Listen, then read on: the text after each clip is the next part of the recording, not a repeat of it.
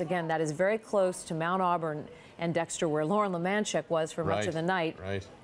During this particular pursuit, so in Watertown, an MBTA police officer was seriously injured.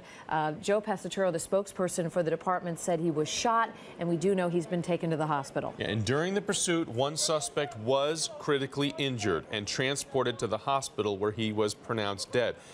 Interesting, because they had him stripped down naked, so maybe he was already wounded in that particular case. Hard to say. I don't know how to make sense of that. Maybe that person that we saw stripped down naked wasn't a suspect. Maybe he was just somebody caught up in the fog of what was happening out there. An extensive manhunt is ongoing in Watertown area for the second suspect, who is believed to be armed and dangerous. That's clear. And the case is being investigated by local, state, and federal authorities working in cooperation. The Massachusetts State Police Bomb Squad is assessing and removing any potentially explosive device that may have been thrown onto the streets in Watertown by the suspects. And in fact, folks that were calling our station and telling us, kind of giving us a blow-by-blow of what was happening, they said that there were devices thrown into the street that exploded, and some of them did not explode. That makes perfect sense. Now it's all coming together. Yeah, so tonight we know that one of the suspects is dead and the other is still at large, which would explain the urgent response that continues in this big section of Watertown. Now we're getting into the morning hours.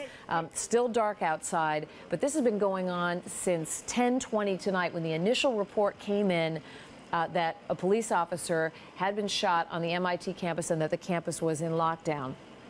2 hours ago, the FBI put out the enhanced photographs of the two men they believe are prime suspects in the deadly bombings at the Marathon on Monday. Earlier, they'd released the video and photographs of these two men together and separately.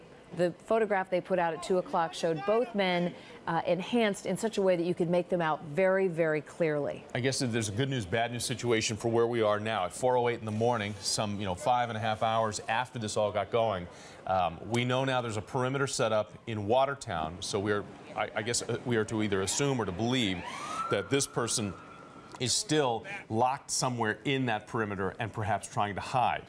If that's the case, then at least now we know it's a confined space. We know they're not going to let vehicles come in and out of there, so this guy's not going to drive out, so he's on foot. If that's the case, then they have to go door to door and try and track this guy down, find out where he's hiding. And clearly, I mean, from all the shots that we have heard, for some of the gunfights that were caught on tape, the explosions, I mean, there's some obviously reason for them to be very concerned and very apprehensive about this particular search that they're about to conduct.